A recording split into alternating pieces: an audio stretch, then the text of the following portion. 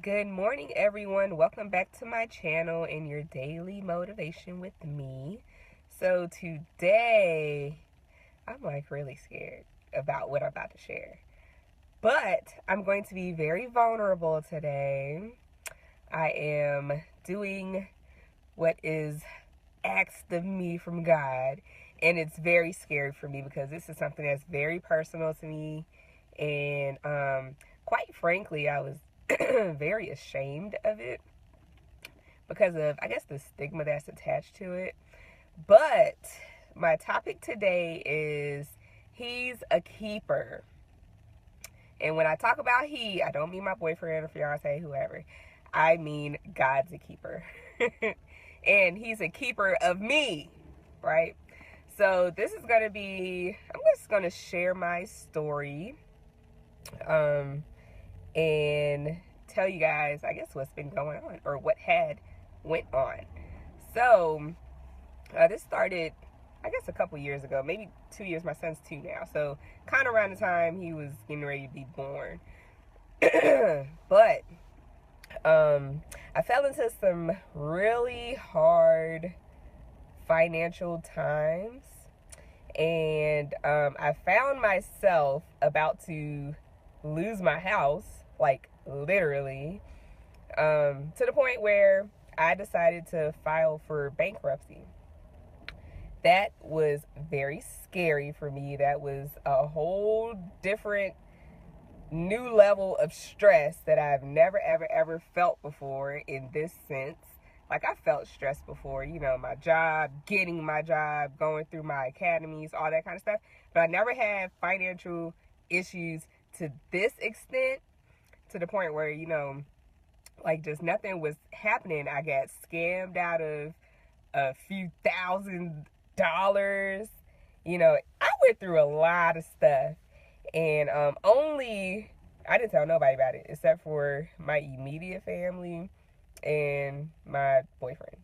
You know, Nobody else knew about this. I was so ashamed about it, especially about this bankruptcy, that I didn't want nobody to know, because I feel like in my circle of friends, all of my friends, like, people look at me like I'm the put together one, like I got it all together, like and it's not that. We are all human. I'm human. I make mistakes. Excuse me. I have issues like you do, and I don't have it together. Not at all. I'm getting there, but I don't have it together like that. So this was like a really big part and chunk of my life that I had to deal with, and I was kind of dealing with it quietly, like I said, because I was just ashamed, you know.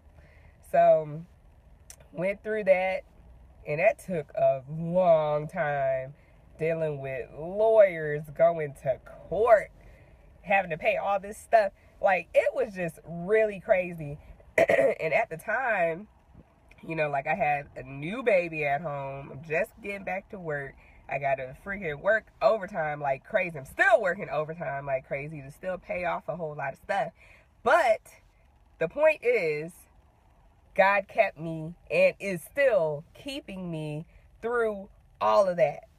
So, like I said in the beginning, I was almost to the point where I was about to lose my house. But guess what? Did not lose my house. Am still in my house. And I had to, God woke me up today because early this morning, I've been up since like 3 this morning. One, my dog's sick, and that's what kind of woke me up. But I stayed up because he's been telling me to share this story, and I've been so scared to do so that I just been putting it off. I have a whole little list of topics that I want to talk about. This ain't on there, but today he was like, today you need to do it.